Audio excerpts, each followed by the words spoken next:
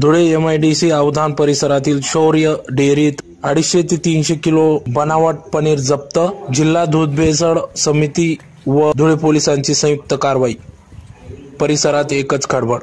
आज दिनांक 29 मार्च 2025 रोजी सकाळी 6 वाजेच्या सुमारास धुळे अवधान परिसरातील MIDC परिसरातील शौर्य डेअरी येथे बनावट पनीर तयार होत असल्याची प्राथमिक माहिती पोलीस प्रशासनास मिळाली। पोलीस प्रशासन ताबडतोब घटनास्थळी दाखल झाले। यावेळेस पोलीस अधीक्षक श्रीकांत दिवरे, LCB पोलीस निरीक्षक पवार यांच्यासह जिल्हा दूध भेसळ समिती या ठिकाणी दाखल झाली व याबाबत शहानिशा केली असता या ठिकाणी powder, skin milk powder, raw material वापरून, केमिकल वापरून या ठिकाणी पनीर तयार करीत असल्याचं समोर दिसून आले।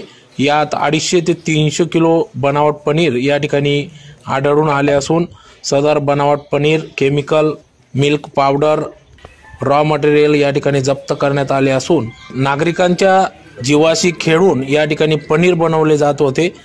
तर या बनावट पनीर जप्त कारवाईमुळे या ठिकाणी परिसरात धुळे जिल्ह्यात एकच खळबळ उडाली असून संबंधितांवर कारवाई सुरू असल्याचे समजते।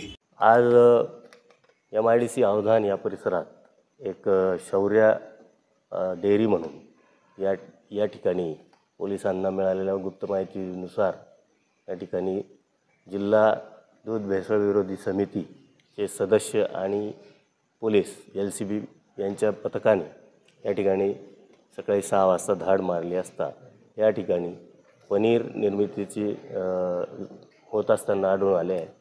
या ठिकाणी पावडरचा वापर करून, पावडर व स्किम मिल्कचा वापर करून, स्किम मिल्क पावडर तसेच स्किम मिल्क या रॉ मटेरियलचा वापर करून पनीर तयार केले जाते आणि हे पनीर बाजारात विकले जाते। सदरची पेढी ही आज रोजी विदाऊट लायसन्स आहे आणि आता सध्या आम्ही या ठिकाणी अन्न सुरक्षा व मानदे कायदा या कायद्याअंतर्गत सदरच्या पनीरचे नमुने घेत आहोत आणि ते प्रयोगशाळेला पाठवून त्याच्यावरती पुढील कारवाई घेण्यात येईल। परंतु सध्याची हा जो पनीरचा साठा आहे हा साधारणतः 250 किलो पनीरचा साठा आहे।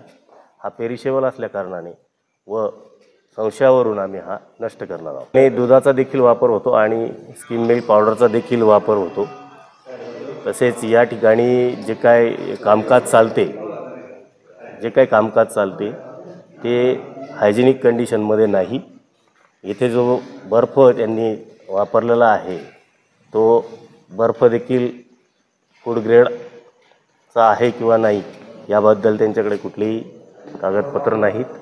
तसेच या ठिकाणी जे काही कामगार आहेत त्यांचं आरोग्य पाहता काही कामगार या ठिकाणी केस वाढलेले किंवा नख वाढलेले आणि गुटखा खाणारे देखील आढळून आलेले आहेत।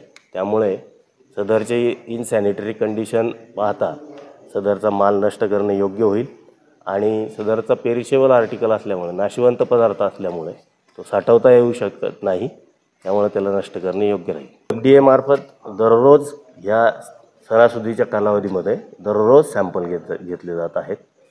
कालच आम्ही 6 सॅम्पल घेतलेत, ते प्रयोगशाळेला पाठवण्यात आलेले आहेत। परवाच्या दिवशी 13 सॅम्पल घेतलेत, ते प्रयोगशाळेला पाठवण्यात आलेले आहेत। शहादा, नंदुरबार देखील कारवाई चालू आहे आणि सध्या आम्ही 45 जे आम्हाला टार्गेट दिलेलं होतं 100 दिवसाच्या या कार्यक्रमामध्ये ते देखील आम्ही कंप्लीट केलेलं आहे आणि आमची रेग्युलर कारवाई ही चालू आहे।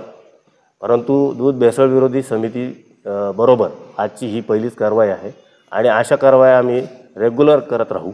यापूर्वी देखील काही डेअऱ्यांवरती आम्ही तपासणी करून त्यांचे नमुने घेतलेले आहेत आणि जे विदाऊट लायसन्स आहेत त्यांच्यावरती दंडात्मक कारवाईसाठी प्रस्ताव देखील सादर केलेले आहेत। या ठिकाणी दूध आणि स्किम मिल्क पावडर याचा वापर करून पनीर तयार केलं जात होतं। ॲक्च्युली पूर्ण दुधापासून, ज्याला म्हणून फुल क्रीम मिल्कपासून पनीर बनवणं अपेक्षित आहे, परंतु या ठिकाणी जे काय दूध वापरलं जातं त्याच्यामधून क्रीम काढून घेतलं जातं आणि त्याच्यामध्ये पावडर टाकून सदरचं दूध फाडलं जातं आणि त्यामुळेच ते कदाचित स्टँडर्डमध्ये बसणार नाही म्हणून आम्ही सदराचा साठा नष्ट करत आहोत. गोपनीय माहिती मिळाली होती की अवधान MIDCमध्ये M ब्लॉक येथे बनावट पनीर बनवण्याचा कारखाना सुरू आहे. त्या अनुषंगाने सदर ठिकाणी आम्ही पोचल्यानंतर त्या ठिकाणी खरोखर एक दूध, मिल्क पावडर, काही केमिकलचे ड्रम्स आणि मशिनरीज हे दिसून आले. त्याची खात्री करण्यासाठी आम्ही फूड अँड ड्रग्सचे अधिकारी तसेच त्या ठिकाणी पशुवैद्यकीय अधिकारी यांना त्या ठिकाणी पाचारण केलेले आहे. फूड अँड ड्रग्सच्या अधिकाऱ्यांनी त्या ठिकाणी बनवलेल्या पनीरचे सॅम्पल घेतलेले. त्याचप्रमाणे त्या ठिकाणी जागेवर मिळून आलेली मिल्क पावडर, त्याचप्रमाणे केमिकल यांचेसुद्धा ते सॅम्पल घेऊन त्याचे लॅबोरेटरीकडनं तपासणी करून योग्य ती पुढील कारवाई करण्याची चाललेलं आहे. आत्तापर्यंत आपल्याला जागेवर जवळपास 250 ते 300 किलो पनीर बनवलेल्या स्वरूपामध्ये मिळून आलेलं